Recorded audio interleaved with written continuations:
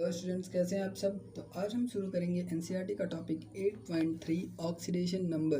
तो बेसिकली शुरुआत में थोड़ा थ्योरी लिखा गया है, इस थ्योरी को हम लोग पढ़ते हैं और इसी थ्योरी के बेसिस पे ऑक्सीडेशन नंबर जो ये टर्म है, ये टर्म कहाँ से आया और इसका क्या मतलब होता है, ये बेसिकली इसी थ्योरी से निकलता है। तो चलिए शुरू करते हैं इस टॉपिक के अंदर पढ़ना। So an example of electron transfer is 2H2 plus O2 that results into the 2H2O। ठीक है, तो बेसिकली हाइड्रोजन यहाँ पे है, यहाँ पे ऑक्सीजन है, लेकिन जब ये H2O बनाता है तो हाइड्रोजन जो है वो +1 ऑक्सीडेशन स्टेट में चला जाता है और जो ऑक्सीजन है वो -2, इसके ऊपर -2 चार्ज हो गया और ऑक्सीजन के ऊपर +1 चार्ज हो गया। ठीक है, बेसिकली कंपाउंड्स हमेशा न्यूट्रल होते हैं अपने नेचुरल स्टेट में। तो अगर H2O की बात करें तो यहाँ पे 2 हाइड्रोजन है, वो +1 2 +2 हो गया और ऑक्सीजन जो है वो -2 चार्ज है, तो दोनों बैलेंस कर रहे हैं एक दूसरे को, तो वो न्यूट्रल कहा जाएगा। ठीक है, अब इस एग्जाम्पल से हमें क्या पता, क्या हम लोग क्या ऑब्जर्व करें इस एग्जाम्पल में। तो so it is assumed that there is electron transfer from hydrogen to oxygen. ठीक है, ये एज्यूम किया जा रहा है कि इलेक्ट्रॉन का ट्रांसफ़र हो रहा है हाइड्रोजन से ऑक्सीजन में। क्यों, देखिए यहाँ पे हाइड्रोजन वो जीरो में था यानी कि नेचुरल स्टेट में था, ना तो इलेक्ट्रॉन किसी को दिया ना तो इलेक्ट्रॉन किसी से लिया। फिर ये बाद में +1 ऑक्सीडेशन स्टेट में चला जा रहा है, यानी एक इलेक्ट्रॉन की इसके पास कमी हो गई है। लेकिन ऑक्सीजन जो था उसके पास ना तो किसी को इलेक्ट्रॉन दिया था ना तो किसी से इलेक्ट्रॉन लिया था, लेकिन बाद में उसके पास 2 इलेक्ट्रॉन्स एक्स्ट्रा आ जाते हैं जो 2 हाइड्रोजन मिलके उसको देते हैं। ठीक है, सो वही यहाँ पे लिखा गया है कि it is assumed that there is electron transfer from hydrogen to oxygen. Hydrogen से ऑक्सीजन की तरफ इलेक्ट्रॉन ट्रांसफ़र हो रहा है, ये यहाँ पे ध्यान दीजिएगा, इलेक्ट्रॉन ट्रांसफ़र, इसी पे ये मुद्दा छेड़ा गया है। फिर आगे क्या लिखा गया, consecutively hydrogen is oxidise and oxygen is reduce. तो ये पहले की वीडियो में मैंने बता दिया है कि जो इलेक्ट्रॉन लूज़ करता है उसका होता है ऑक्सीडेशन। ठीक है, तो हाइड्रोजन जो है वो इलेक्ट्रॉन लूज़ कर रहा है तो उसका होगा ऑक्सीडेशन, और ऑक्सीजन जो है वो इलेक्ट्रॉन गेन कर रहा है तो उसका होगा reduction. So however it is better to describe it as electron shift other than complete electron transfer।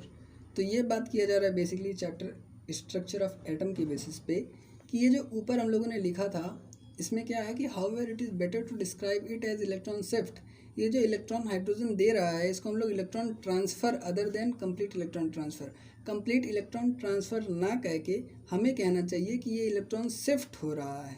ठीक है, तो इसमें कहना ये चाहता है ये कि मान लेते हैं अगर यहाँ पे हाइड्रोजन है, उसके पास बाहर 1 इलेक्ट्रॉन है, ठीक है, और ऑक्सीजन है मान लेते हैं उसके पास 2 इलेक्ट्रॉन्स हैं अगर, ठीक है, तो ये जब कंपाउंड का फॉर्मेशन कर रहे हैं दोनों, मान लेते हैं ये कंपाउंड का फॉर्मेशन कर लिए दोनों लोग, हाइड्रोजन और ऑक्सीजन मिलके, ठीक है, तो ये कहना ये चाहता है कि ये जब कंपाउंड का फॉर्मेशन होता है तो ये जो इलेक्ट्रॉन है हाइड्रोजन का ये कम्प्लीटली ऑक्सीजन को नहीं दे देता है, बल्कि तीनों इलेक्ट्रॉन्स होते हैं, लेकिन चूँकि ऑक्सीजन का ज़्यादा इलेक्ट्रोनेगेटिव है ऑक्सीजन, इसलिए तीनों इलेक्ट्रॉन्स ऑक्सीजन की तरफ ज़्यादा होते हैं और हाइड्रोजन की तरफ कम होते हैं।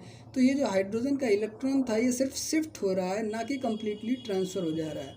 ठीक है, तो ये लाइन यही कहता है कि ये कहना बेटर होगा कि इलेक्ट्रॉन जो है वो सिर्फ शिफ्ट हो रहा है, ना कि कंप्लीट ट्रांसफ़र हो जा रहा है। ठीक है, so to keep track on this electron shift a more practical method is developed, that is oxidation number.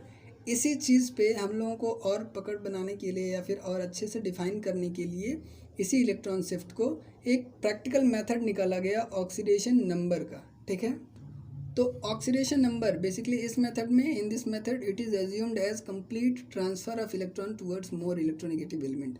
तो बेसिकली वो क्या था, इलेक्ट्रॉन शिफ्ट था, लेकिन हम लोग इलेक्ट्रॉन शिफ्ट, रियलिटी में इलेक्ट्रॉन शिफ्ट ही होता है, लेकिन हम लोग चाहते थे कि हम लोग कम्प्लीटली इलेक्ट्रॉन ट्रांसफ़र करवा दें, एज्यूम करना चाहते थे।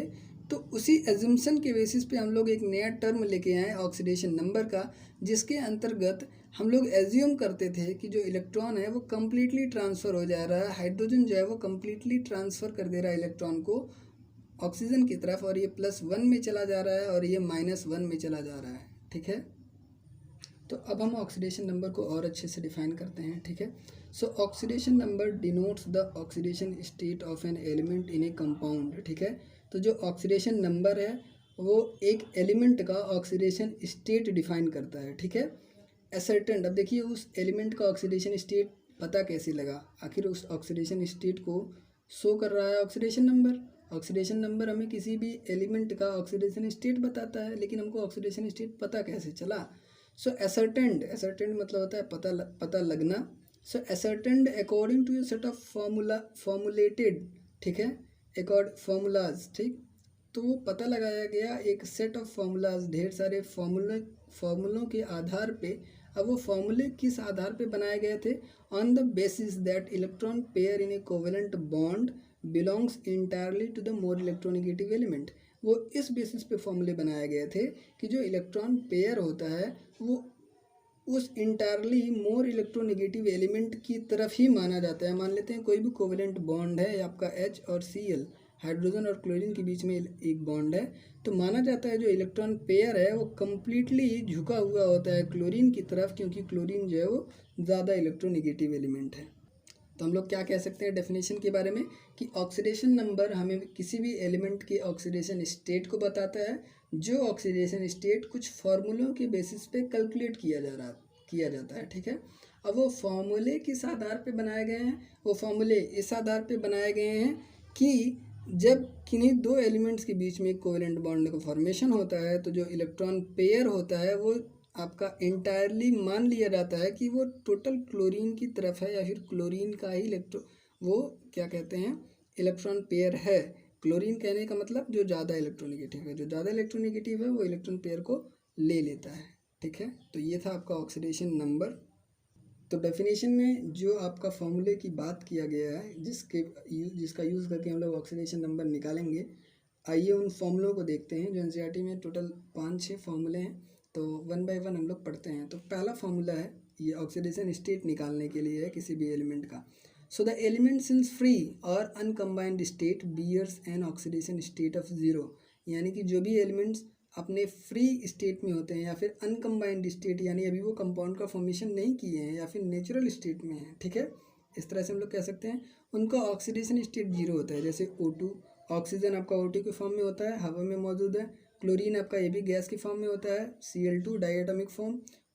ओजोन हो गया आपका O3, सोडियम हो गया Na, मैग्नीशियम Mg, ये सब अपना नेचुरल स्टेट में इसी तरह से एग्जिस्ट करते हैं। तो जब ये अपने नेचुरल स्टेट में या अनकम्बाइंड स्टेट में, अब देखिए NaCl जब हम लोग ले लेंगे तो ये आपका अनकम्बाइंड स्टेट नहीं माना जाएगा, ठीक है। तो ये आपका कंबाइंड स्टेट हो चुका है, ये कम्बिनेशन कर चुका है, फॉर्मूला एक कंपाउंड बना चुका है, ठीक है। तो जब ये अनकम्बाइंड स्टेट में होते हैं तो उनका जो आपका ऑक्सीडेशन स्टेट होता है वो हमेशा ज़ीरो होता है, ठीक। आगे बढ़ते हैं दूसरे फॉर्मूले की तरफ। For ions with only one atom, ठीक है, आयंस की बात की जा रही है, यानी कि उनके ऊपर चार्ज होगा, पॉजिटिव होगा चार्ज या फिर नेगेटिव भी चार्ज होता है, ठीक है। वो पॉलीएटॉमिक होने आपका मोनो एटॉमिक होना चाहिए, विथ ओनली वन एटम, सिर्फ एक ही एटम होना चाहिए, ठीक है। So their charge is their oxidation state, उनके ऊपर जो चार्ज होता है वही उनका ऑक्सीडेशन स्टेट होता है, ठीक है। जैसे आपके एल्कली मेटल्स जितने होते हैं, एल्कली मेटल्स आपका सोडियम हो गया, पोटेशियम हो गया, लिथियम हो गया, ठीक है, इन सब का जो है वो ऑक्सीडेशन स्टेट +1 होता है। और एल्कलाइन अर्थ मेटल्स जो होते हैं जैसे Mg2 पॉजिटिव, Ca2 पॉजिटिव, ठीक है, आपका बेरियम 2 पॉजिटिव, Ba2 पॉजिटिव होता है, इन सब का ऑक्सीडेशन स्टेट +2 होता है, ठीक है। तो जो भी आयंस होते हैं उनके ऊपर जो भी चार्ज होता है वही उनका ऑक्सीडेशन स्टेट होता है। आगे बढ़ते हैं तीसरे फॉर्मूले की तरफ। The oxidation number of oxygen in most compounds is -2, यानी कि ऑक्सीडेशन नंबर जो ऑक्सीजन का होता है वो ज़्यादातर कंपाउंड्स में -2 होता है, ठीक है। लेकिन 3 एक्सेप्शंस हैं इसके, ठीक है, 2 एक्सेप्शंस हैं, ये भी आपको समझ में आ जाएंगे, जैसे पर ऑक्साइड्स हो गया या फिर सुपर ऑक्साइड्स हो गया। ऑक्सीजन जो है वो पर ऑक्साइड्स भी बनाते हैं और सुपर ऑक्साइड्स भी बनाते हैं, ठीक है। जैसे आपका H2O2, Na2O2, ठीक है, बेसिकली जब नॉर्मली कंपाउंड्स होते हैं ऑक्सीजन के, जैसे आपका H2O हो गया, इसमें जो ऑक्सीडेशन स्टेट होता है ऑक्सीजन का वो -2 होता है। लेकिन H2O2 हो गया, Na2O2 हो गया, इन सब में जो ऑक्सीडेशन नंबर होता है ऑक्सीजन का वो -1 होता है। कैसे हम लोग कैलकुलेट भी कर सकते हैं, यहाँ पे देख लीजिए हाइड्रोजन जो कि +1 ऑक्सीडेशन स्टेट में है, तो 2 हाइड्रोजन है यानी कि +2 हो जाएगा। तो +2 को बैलेंस करने के लिए 2 ऑक्सीजन है यानी कि 2 -2 होना चाहिए। तो यानी कि एक ऑक्सीजन -1 कंट्रीब्यूट कर रहा है, दूसरा ऑक्सीजन भी -1 कंट्रीब्यूट कर रहा है। तो ये जो कंपाउंड्स होते हैं ये बेसिकली पर ऑक्साइड्स कहलाते हैं, जिनमें ऑक्सीजन की जो ऑक्सीडेशन नंबर होता है वो -1 होता है, ठीक है। इसी तरह सुपर ऑक्साइड्स होते हैं, इसमें जो ऑक्सीडेशन नंबर होता है ऑक्सीजन का वो -1/2 होता है, ठीक है।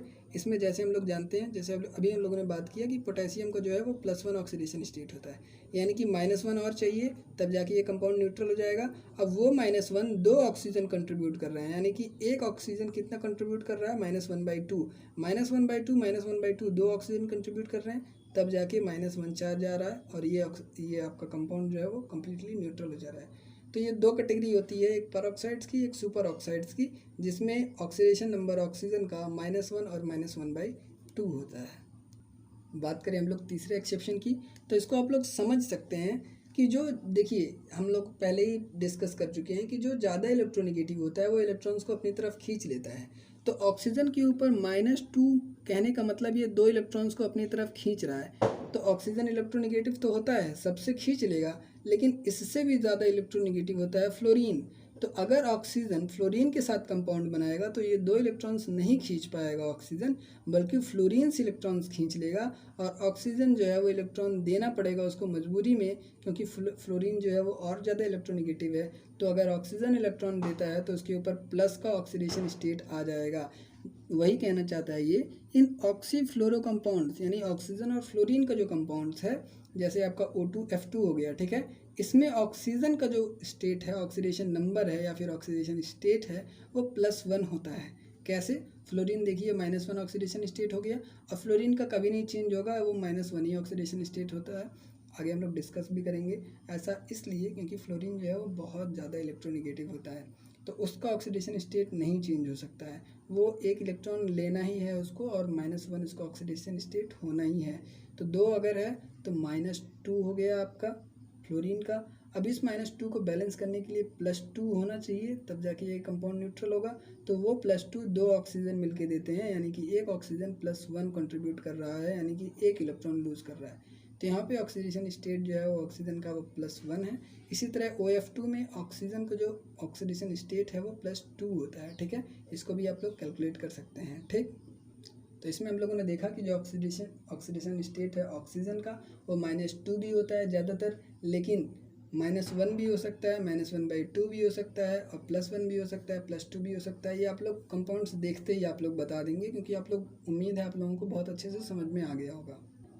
अब आगे बात करते हैं, चौथा देखते हैं हम लोग। सो oxidation number of hydrogen is +1। तो हाइड्रोजन का जो ऑक्सीडेशन नंबर होता है वो हमेशा +1 होता है, ठीक है। बहुत कम ही केसेस ऐसे होते हैं जहाँ पे ऑक्सीडेशन नंबर हाइड्रोजन का चेंज होता है, जैसे सिर्फ एक केस है, except when it is bonded to a metal in binary compound, ठीक है। तो हाइड्रोजन बेसिकली एक इलेक्ट्रॉन लूज करता है, ठीक है। तो हाइड्रोजन चाहता है एक इलेक्ट्रॉन लूज करना और +1 में जाना, ठीक है, लेकिन इस हाइड्रोजन से भी ज़्यादा चाहने वाले हैं।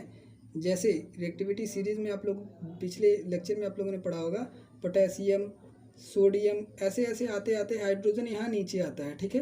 तो ये इलेक्ट्रॉन लूज़ करना चाहता है, लेकिन रिएक्टिविटी सीरीज़ में जो ऊपर हैं वो बहुत आसानी से इलेक्ट्रॉन लूज़ करेंगे। तो पोटेशियम, सोडियम, ये सब और आसानी से इलेक्ट्रॉन लूज़ करेंगे, ठीक है। तो लिथियम के साथ अगर हम लोग हाइड्राइड बना दे या फिर सोडियम के साथ हाइड्रोजन का कंपाउंड बना दे, कैल्शियम के साथ हाइड्रोजन का कंपाउंड बना दे, तो हाइड्रोजन जो एक इलेक्ट्रॉन लीज करके +1 बनाना चाहता था, उससे ज़्यादा टेंडेंसी कैल्शियम की है इलेक्ट्रॉन लूज करके पॉजिटिव ऑक्सीडेशन स्टेट में जाने की। तो ऐसे केस में हाइड्रोजन को मजबूरी में इलेक्ट्रॉन लेना पड़ता है और वहाँ पे हाइड्रोजन का जो ऑक्सीडेशन स्टेट है वो -1 हो जाता है, ठीक है। जैसे यहाँ से हम लोग समझ सकते हैं सोडियम का +1 ऑक्सीडेशन स्टेट है, इसके अंदर बहुत टेंडेंसी है कि वो एक इलेक्ट्रॉन लूज करके +1 में चला जाए। और चूंकि ये कंपाउंड न्यूट्रल है, तो अगर सोडियम +1 में है तो हाइड्रोजन जो है वो किस में होगा, -1 में होगा। तो ये एक एक्सेप्शनल केस है जिसमें हाइड्रोजन का जो ऑक्सीडेशन स्टेट है या फिर ऑक्सीडेशन नंबर है वो -1 हो जाता है, और सामान्यतः देखा जाता है कि हाइड्रोजन का जो ऑक्सीडेशन स्टेट है वो क्या होता है, +1। फिर अगले पॉइंट की तरफ बढ़ते हैं। Fluorine has always oxidation number -1। ये मैंने अभी पहले भी बता दिया था, और ये एक आपका समझ लीजिए कि एक फॉर्मूला भी है कि फ्लोरीन का जो ऑक्सीडेशन नंबर है वो हमेशा -1 होता है। क्यों -1 कहने का मतलब, ये एक इलेक्ट्रॉन गेन कर लेता है, ठीक है, एक इलेक्ट्रॉन गेन कर लेता है फ्लोरीन और F नेगेटिव बना लेता है, ठीक, F नेगेटिव। तो ये हमेशा ऐसा होता है फ्लोरीन के साथ। क्यों? क्योंकि फ्लोरीन सबसे ज़्यादा इलेक्ट्रोनेगेटिव होता है। अगर इसको किसी भी एलिमेंट्स के साथ O2 हो गया आपका, ठीक, सोडियम के साथ आप रिएक्ट करवाना चाहते हैं, किसी के साथ भी रिएक्ट करिए, किसी के पास भी इतनी टेंडेंसी, इतना पावर नहीं है कि फ्लोरीन से इलेक्ट्रॉन निकाल ले, क्योंकि सबसे ज़्यादा इलेक्ट्रोनेगेटिव फ्लोरीन ही है, तो इसका ऑक्सीडेशन स्टेट हमेशा -1 होता है। लेकिन कुछ और हैलोजेंस भी हैं, ये आपका यहाँ पे दिखा भी है मैंने कि रिमेन्स अनचेंज, ये हमेशा अनचेंज रहता है। क्यों? क्योंकि मोस्ट इलेक्ट्रोनेगेटिव है। But other halogens like chlorine, bromine, iodine, दूसरे हैलोजेंस हो गए क्लोरीन, ब्रोमीन, आयोडीन, इनका ऑक्सीडेशन नंबर -1 तो होता है, ठीक है, -1 तो होता है, प्लस साथ ही साथ +1 भी होता है। +1 क्यों कब होता है? जैसे आपके ऑक्सो एसिड्स हो गए, ऑक्सो एनायंस हो गए, ठीक है, क्योंकि क्लोरीन, ब्रोमीन, आयोडीन ये बहुत ज़्यादा इलेक्ट्रोनेगेटिव नहीं है, तो ये इलेक्ट्रॉन देना भी पड़ जाता है इनको कभी कभी, और ये पॉजिटिव ऑक्सीडेशन स्टेट भी शो करते हैं। जैसे ऑक्सो एसिड में आपका HClO हो गया, ठीक है, हाइड्रोजन तो +1 ऑक्सीडेशन स्टेट में है, ऑक्सीजन ज़्यादा इलेक्ट्रोनेगेटिव में है क्लोरीन से, तो वो अपना -2 नहीं छोड़ेगा, वो कहेगा मैं सामान्यतः -2 ऑक्सीडेशन स्टेट में रहता हूँ, मैं तो उसी में रहूँगा। तो ये -2 हो गया, ये +1 हो गया। अब चार्ज बैलेंस करने के लिए हमें +1 चार्ज चाहिए, किसी न किसी को एडजस्ट करना पड़ेगा ताकि ये कंपाउंड न्यूट्रल हो जाए, तो वो क्लोरीन +1 में चला जाता है, ठीक है। तो हैलोजेंस जो है वो -1 ऑक्सीडेशन स्टेट तो शो करते हैं, लेकिन क्लोरीन, ब्रोमीन, आयोडीन ये कभी कभी प्लस ऑक्सीडेशन स्टेट में भी चले जाते हैं, जैसे यहाँ पे क्लोरीन +1 में है, ठीक। बात करते हैं हम लोग 6 पॉइंट की, 6ठे पॉइंट की। So the algebraic sum of oxidation number of all atoms in a compound must be 0, यानी कि ऑक्सीडेशन नंबर का अगर हम लोग अलजेब्रिक सम करें, यानी कि सिंपली जोड़ दें अगर ऑक्सीडेशन नंबर को किसी भी कंपाउंड में, तो वो 0 होता है। ये मैं पहले के भी पॉइंट्स में बता चुका हूँ ऐसे ही कि कोई भी कंपाउंड जो होता है वो हमेशा न्यूट्रल होता है। तो अगर ऑक्सीजन का -2 है तो 2 हाइड्रोजन होने चाहिए, ताकि +1 एक हाइड्रोजन का, +1 एक हाइड्रोजन का, दोनों मिलके +1 +1 +2 हो जाए, और -2 दोनों मिलके क्या हो जाए, 0 हो जाए। तो यही चीज़ कहा गया है कि जो अलजेब्रिक सम होता है ऑक्सीडेशन नंबर का एलिमेंट्स का किसी भी कंपाउंड में, वो हमेशा 0 होता है, तभी एक कंपाउंड क्या होता है, न्यूट्रल होता है, ठीक। जैसे आपका मान लेते हैं, इसमें आपसे किसी ने पूछ लिया सल्फर का ऑक्सीडेशन स्टेट कितना होगा, तो आप निकाल सकते हैं। ऑक्सीजन 4 है तो 4 × -2 इतना चार्ज हो गया ऑक्सीजन का, -8, ठीक। हाइड्रोजन 2 है तो वो +2 कंट्रीब्यूट करेगा। अब -8 +2 यानी कि -6 चार्ज अभी भी बच रहा है, यानी कि सल्फर का जो ऑक्सीडेशन स्टेट है वो क्या है, -6, ठीक। -6 ये रखेगा, सॉरी +6 रहेगा सल्फर का, ठीक। तो सल्फर जो है वो +6 में है, और 2 प्लस जो है वो हाइड्रोजन दे रहा है, तो ये दोनों मिला के +8 हो गए, और ऑक्सीजन का -8 हो गया, तो वो 0 हो जाएगा, ठीक है। ये आपका कैलकुलेशन भी है, इससे आप कैलकुलेट भी कर सकते हैं किसी भी एलिमेंट का ऑक्सीडेशन स्टेट, ठीक है। अब आगे बढ़ते हैं। तो in polyatomic ion it is equal to charge, ये तो न्यूट्रल कंपाउंड्स की बात हो गई कि जो ऑक्सीडेशन स्टेट है उनका अगर हम लोग सम करते हैं तो वो हमेशा 0 होगा। लेकिन अगर पॉलीएटॉमिक आयन है जैसे कि SO4 ठीक, इसके ऊपर -2 चार्ज है, तो अगर इनका ऑक्सीडेशन स्टेट जैसे मान लेते हैं यहाँ पे क्या है, ऑक्सीजन 4 है, तो यानी कि -8 होगा, 4 × 8 -8 हो गया, ठीक। और सल्फ़र जो है, अब बताइए सल्फ़र का पॉजिटिव ऑक्सीडेशन स्टेट में होगा, ठीक, और ये जो बराबर है ये -2 के होगा। यही चीज़ ये कहना चाहता है कि जो चार्ज है उसके बराबर ही होता है, चार्ज के बराबर ही होता है। ये जो H2O था इसके ऊपर 0 चार्ज था, तो ये सब 0 के बराबर हो गया, +8 -8 0 हो गया, और यहाँ पे -2 के बराबर है। तो अगर ये -8 है और ये -2 है तो ये यहाँ पे +6 होना चाहिए, यानी कि सल्फ़र का जो ऑक्सीडेशन स्टेट है वो क्या है, +6, ठीक। अब आगे बात करते हैं हम लोग। The oxidation number denotes the oxidation state of an element that is both are same for an element in a compound. ये बहुत से लोगों को कन्फ्यूज़न हो रहा होगा कि ऑक्सीडेशन स्टेट और ऑक्सीडेशन नंबर क्या है, अलग हैं या फिर सेम है।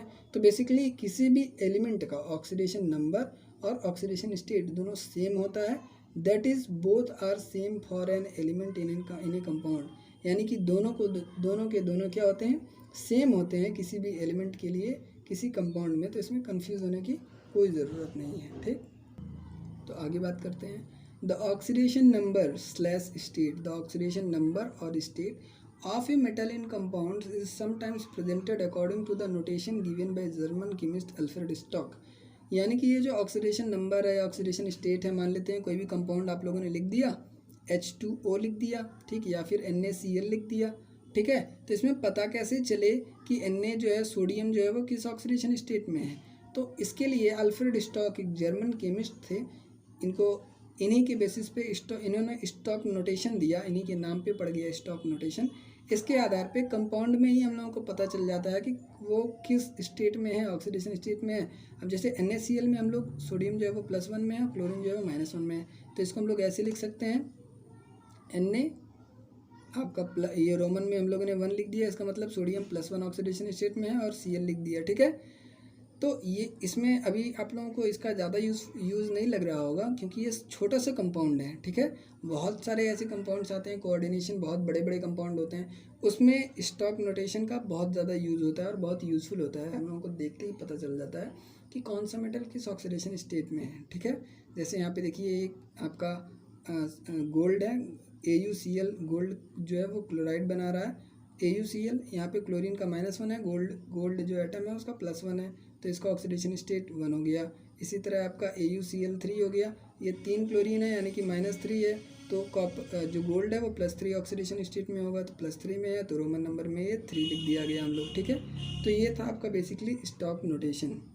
अब हम डिस्कस करेंगे प्रॉब्लम 8.3, जिसमें ये कंपाउंड्स दिए गए हैं HAuCl4, Tl2O, FeO, Fe2O3, CuI, CuO, MnO, NMnO2।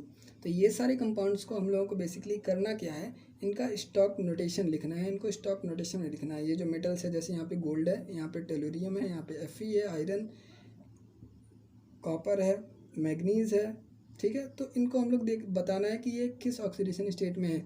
तो पहले हम लोग वो पता कर लेते हैं कि ऑक्सीडेशन स्टेट क्या है इन एटम्स का। तो यहाँ पे देखिए HAuCl4 है, ठीक है।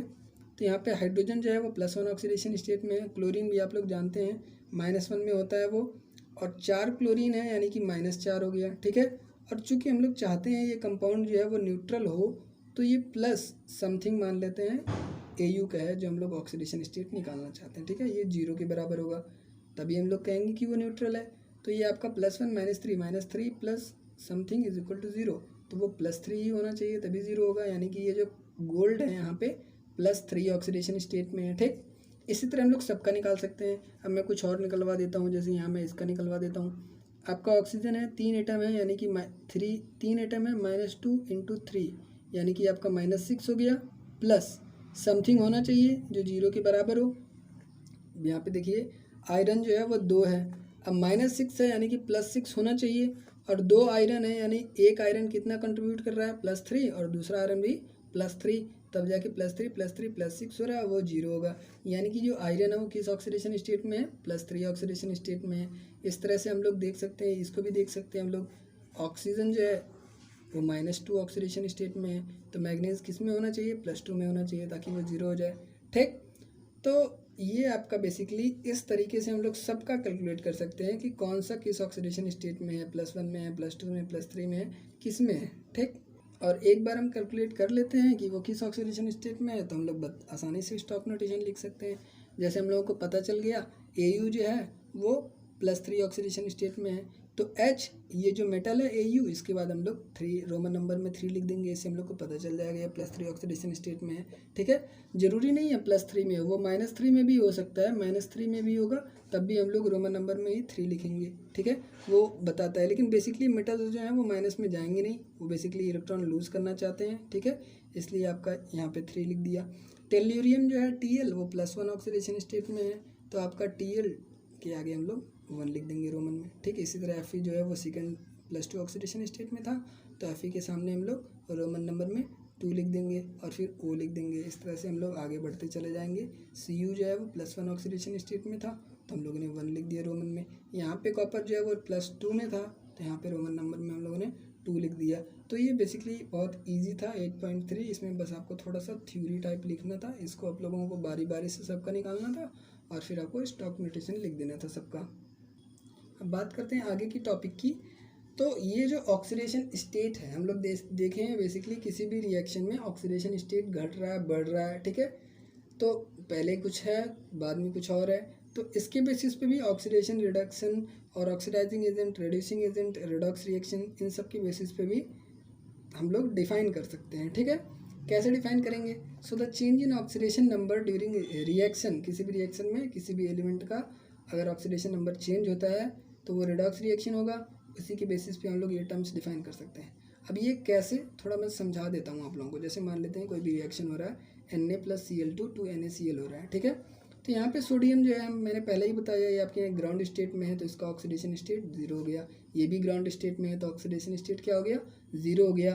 लेकिन जब कंपाउंड का फॉर्मेशन करेगा तो सोडियम जो है वो +1 में चला जाएगा और क्लोरीन जो है वो -1 में चला जाएगा। तो ध्यान देने वाली बात यह है कि सोडियम जो है वो 0 से +1 में जा रहा है, यानी कि ऑक्सीडेशन स्टेट इसका इंक्रीज़ कर रहा है, ठीक है। अभी इस बात पे ना फोकस करें। अगर मैं आपसे बेसिकली पूछूं कि इसका ऑक्सीडेशन हो रहा है या रिडक्शन, तो आप लोग क्या कहेंगे कि ये 0 था, +1 हो गया, यानी कि 1 इलेक्ट्रॉन लूज कर दिया, और लॉस ऑफ इलेक्ट्रॉन यानी ऑक्सीडेशन हो रहा है, यानी कि सोडियम का ऑक्सीडेशन हो रहा है और क्लोरीन का रिडक्शन हो रहा है। यही चीज़ हम इसके टर्म में भी डिफाइन कर सकते हैं कि अगर 0 से +1 यानी कि ऑक्सीडेशन नंबर अगर इंक्रीज़ कर रहा है तो उसका ऑक्सीडेशन होगा, जिस एलिमेंट का ऑक्सीडेशन नंबर इंक्रीज़ हो रहा है उस एलिमेंट का ऑक्सीडेशन होगा, ठीक। दोबारा समझा देता हूँ। 0 से ये +1 में जा रहा है, 1 इलेक्ट्रॉन लूज़ किया, loss of electron is oxidation, यानी सोडियम का क्या हो रहा है, ऑक्सीडेशन।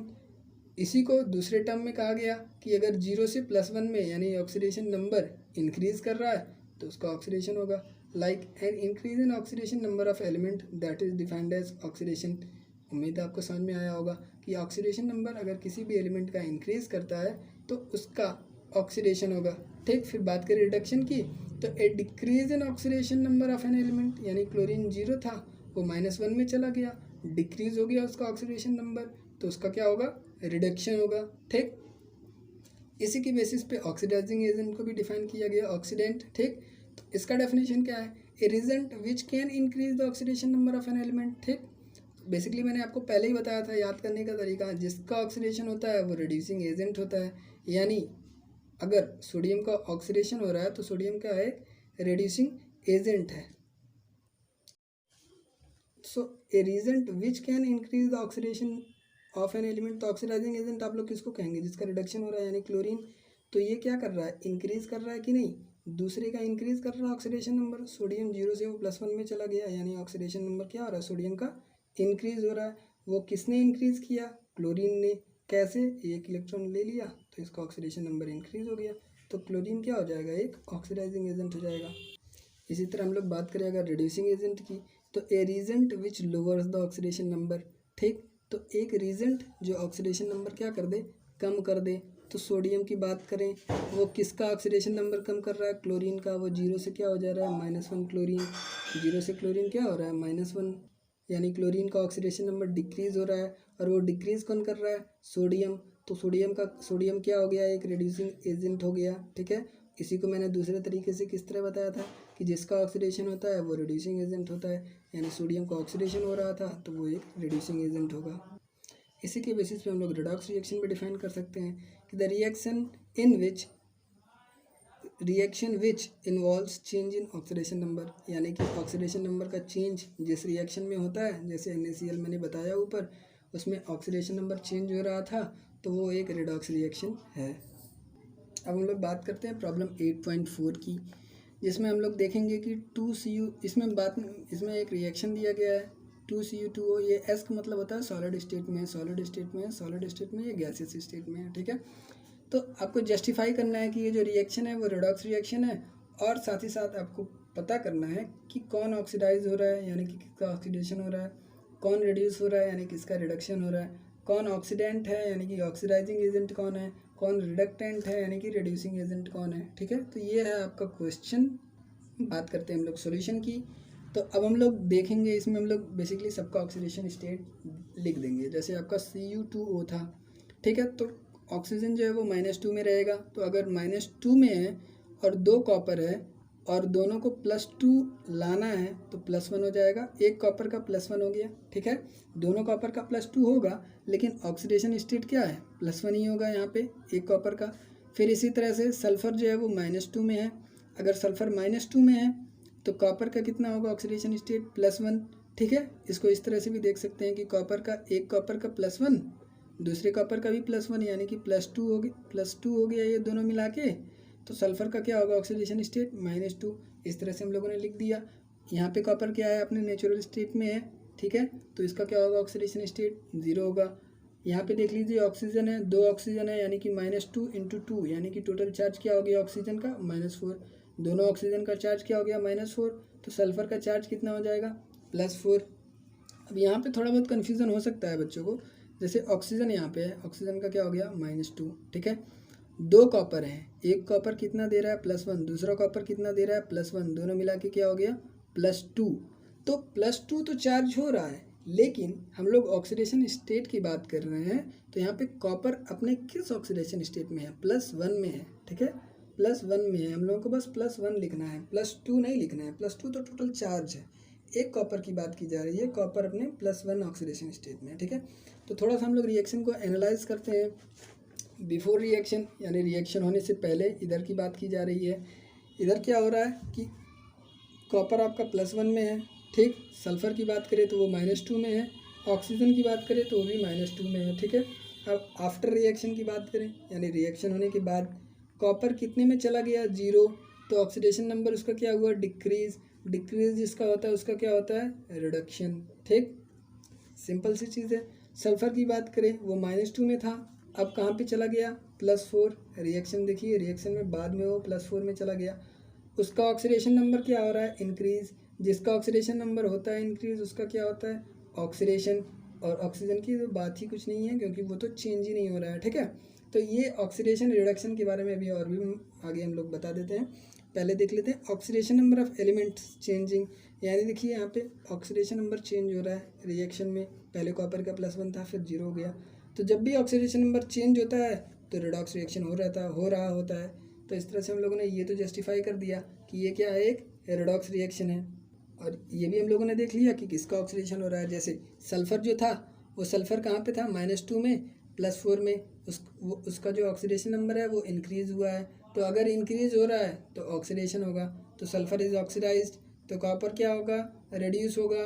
क्यों होगा, क्योंकि कॉपर का जो देखिए +1 था, +1 से वो किस में चला गया 0 में चला गया, यानी कि वो डिक्रीज़ हो रहा है। डिक्रीज़ हो रहा है यानी कि रिडक्शन हो रहा है, तो कॉपर इज़ रिड्यूस्ड। अब because oxidation number is increasing, because oxidation number is decreasing, ठीक। आपको उम्मीद है दोनों समझ में आ गया होगा। फिर बात करें कौन ऑक्सीडाइजिंग एजेंट कौन रिड्यूसिंग एजेंट, तो ये चीज़ याद रखिए, जिसका ऑक्सीडेशन होता है वो रिड्यूसिंग एजेंट होता है। तो सल्फ़र का ऑक्सीडेशन हो रहा था तो सल्फ़र रिड्यूसिंग एजेंट हो गया। कॉपर रिड्यूस हो रहा था तो कॉपर क्या हो जाएगा ऑक्सीडाइजिंग एजेंट हो जाएगा। तो ये था प्रॉब्लम 8.4, जिसमें हम लोगों को रिडॉक्स रिएक्शन जस्टिफाई करना था, और ये 4 चीज़ें हम लोगों को पता करनी थी जो हम लोगों ने आसानी से पता कर ली। तो आज की वीडियो में बस इतना ही, और हम अगली वीडियो में types of redox reaction topic से शुरू करेंगे। और इस वीडियो तक आप लोगों को उम्मीद है सब कुछ समझ में आया होगा। और एक सजेशन है, आप लोग ये जो मैंने पढ़ाया है इसको पढ़ने के बाद एनसीईआरटी की रीडिंग ज़रूर लगाएं। और नोट्स जो हैं वो आपको डिस्क्रिप्शन में भी मिल जाएंगे, नोट्स कि आपको नोट्स क्या बनाने हैं रिडॉक्स रिएक्शन के। लेकिन ज़्यादा बेहतर होगा कि आप लोग खुद एनसीईआरटी पढ़ें और अपने लिए खुद नोट्स बनाएं। बाकी नोट्स का जो लिंक है वो डिस्क्रिप्शन में मिल जाएगा, आप लोग डाउनलोड करके नोट्स लिख भी सकते हैं, ठीक है। तो उम्मीद है आपको वीडियो पसंद आई होगी। लाइक करें और चैनल को सब्सक्राइब करें। मिलते हैं अगली वीडियो में, तब तक के लिए थैंक्स, बाय बाय।